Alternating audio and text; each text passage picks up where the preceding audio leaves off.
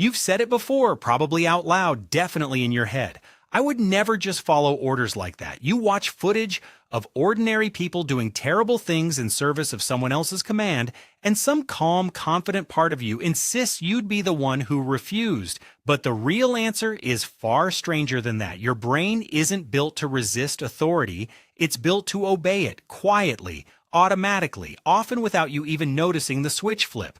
In 1961, a psychologist named Stanley Milgram set up an experiment at Yale University that would haunt psychology for the next 60 years. Volunteers were told they were helping test memory and learning. A man in a lab coat sat beside them. Behind a wall, an actor pretended to receive electric shocks every time the volunteer answered a question wrong.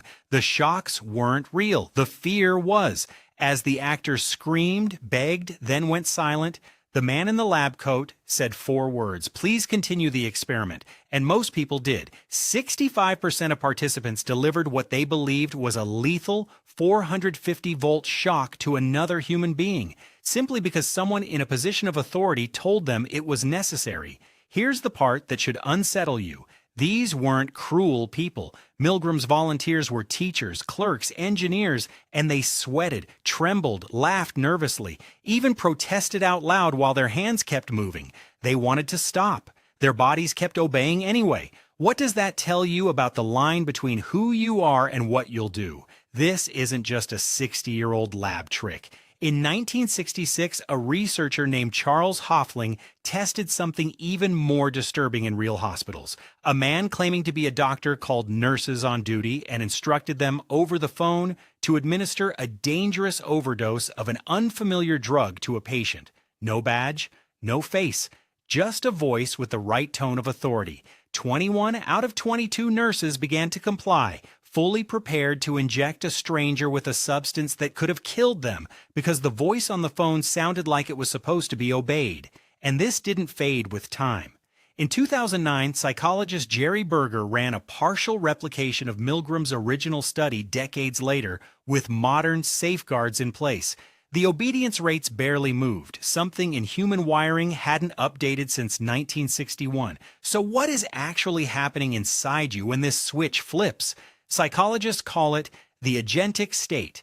Under the right conditions, your sense of personal responsibility doesn't disappear. It transfers. You start experiencing yourself not as the author of your actions, but as the instrument carrying out someone else's intentions. The decision still happens. It just doesn't feel like yours anymore. Evolutionarily, this made sense. Tribes that listened instantly to a leader during a predator attack survived. Tribes that argued first didn't. Here's the twist that makes this strange instead of simply grim. You don't need a man in a lab coat for this switch to flip. You don't even need a real authority. You just need the appearance of one, a clipboard, a uniform, a title in an email signature, a confident tone of voice. Your brain is responding to symbols of authority, not the substance behind them, and it usually can't tell the difference in the moment. Now think about your own day. The notification that tells you to update your password immediately, and you do it without question. The manager who sends a one-line directive at 6 p.m., and you start typing before you've even decided you agree. The group chat where one person sets the tone and suddenly everyone is nodding along to something nobody actually likes. None of these wear a lab coat. They don't need to. Milgram himself put it simply. Ordinary people doing their jobs without any particular hostility can become agents in a terrible process. He wasn't describing monsters. He was describing your coworkers. He was describing you on an ordinary Tuesday, complying with something you'd object to if you ever stopped long enough to notice you were doing it. So the next time you watch someone obey an order you find disturbing, and you feel that familiar certainty rise up, the one that says you'd never do that, sit with it a little longer than usual, because you've said it before, probably out loud, definitely in your head. I would never just follow orders like that. Now you know something stranger. You already have.